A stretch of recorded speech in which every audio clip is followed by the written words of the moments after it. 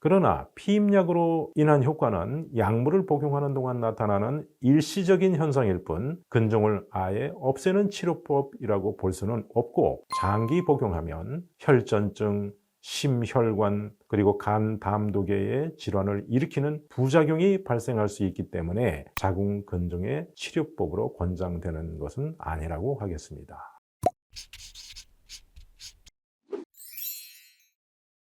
근종은 가임기 여성의 70 내지 80%에서 유병률을 보이는 가장 흔한 양성 종양인데요. 가임기 여성의 대부분이 경험하는 임신과 출산 혹은 경구 피임약의 복용이 자궁 근종 발생 위험을 줄일 수 있을까? 이에 대한 연구들이 있어서 오늘 소개해 드리고자 합니다. 임신과 출산을 거치면서 자궁 근종의 크기가 줄어들기도 하고 근종 발생의 위험 또한 줄어든다고 하는데요. 이는 임신이 진행되면서 자궁이 급격하게 커지거나 출산 후에 자궁이 오므라들 때 근종으로 가는 혈류 장애가 일어나서 근종이 괴사되기 때문입니다. 또한 출산 횟수가 많을수록 자궁이 여성 호르몬에 노출되는 시간이 줄어들어서 근종 발생이 감소하기 때문이기도 합니다. 다만 만삭 분만 횟수가 많을수록 근종이 생길 위험이 감소하는 반면에 유산이 된 경우에는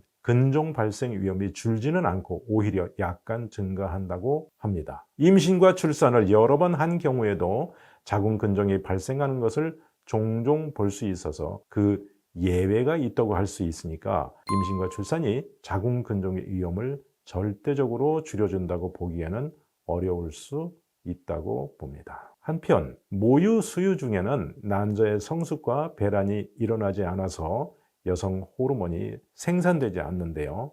이로 인해 호르몬이 자궁에 자극을 가하지 않기 때문에 자궁 근종 발생이 줄어들거나 그 크기가 감소한다고 할 수 있겠습니다. 모유 수유 기간이 길면 길수록 자궁이 여성 호르몬의 노출이 줄어들면서 더 효과가 있을 수 있겠습니다만, 모유 수유를 하는 경우에도 배란이 이루어지지 않도록 하려면 하루에 6번 이상 충분히 수유를 해야 한다고 합니다. 그렇다면 경구 피임약을 복용하는 것은 어떨까요? 경구 피임약을 복용하면 피임 효과 이외에도 다른 여러 가지 긍정적인 효과를 얻을 수 있다고 합니다.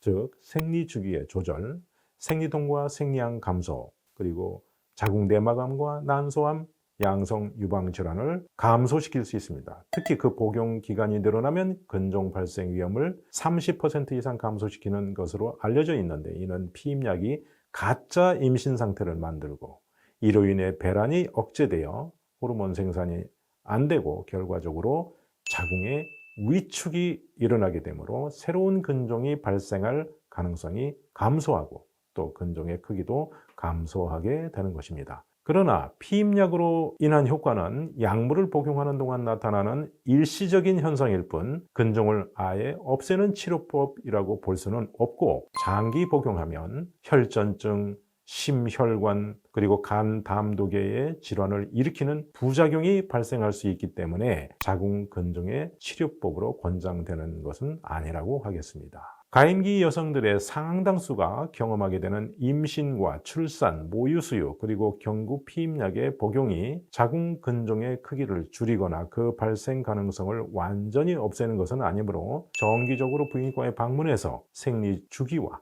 양상 그리고 생리양이나 생리통의 문제 등에 대해 상담하고 초음파 검사를 통해 자궁의 이상, 근종 발생 여부, 난소 질환을 확인해 보아야 합니다. 만일 근종이 있다면 단순 관찰을 할 것인지, 조기에 치료를 해야 할 것인지, 또한 치료는 어떤 방법을 택하는 것이 좋은지에 대해 경험과 연구 경력이 많은 의료진의 의견을 들어보아야 하겠습니다. 방심한 사이에 근종이 빨리 커지거나 숫자가 많아지면 근종이나 자궁을 절제하는 수술을 받아야 할 수 있으며, 추후에 재발해서 다시 치료받아야 하는 난감한 경우도 있을 수 있으므로 정기적인 진료를 통하여 근종을 조기에 발견하도록 노력하고 또 조기에 치료받기를 권합니다. 이번 내용이 도움이 되셨다면 구독, 알림 설정, 좋아요를 눌러주시길 바랍니다. 감사합니다.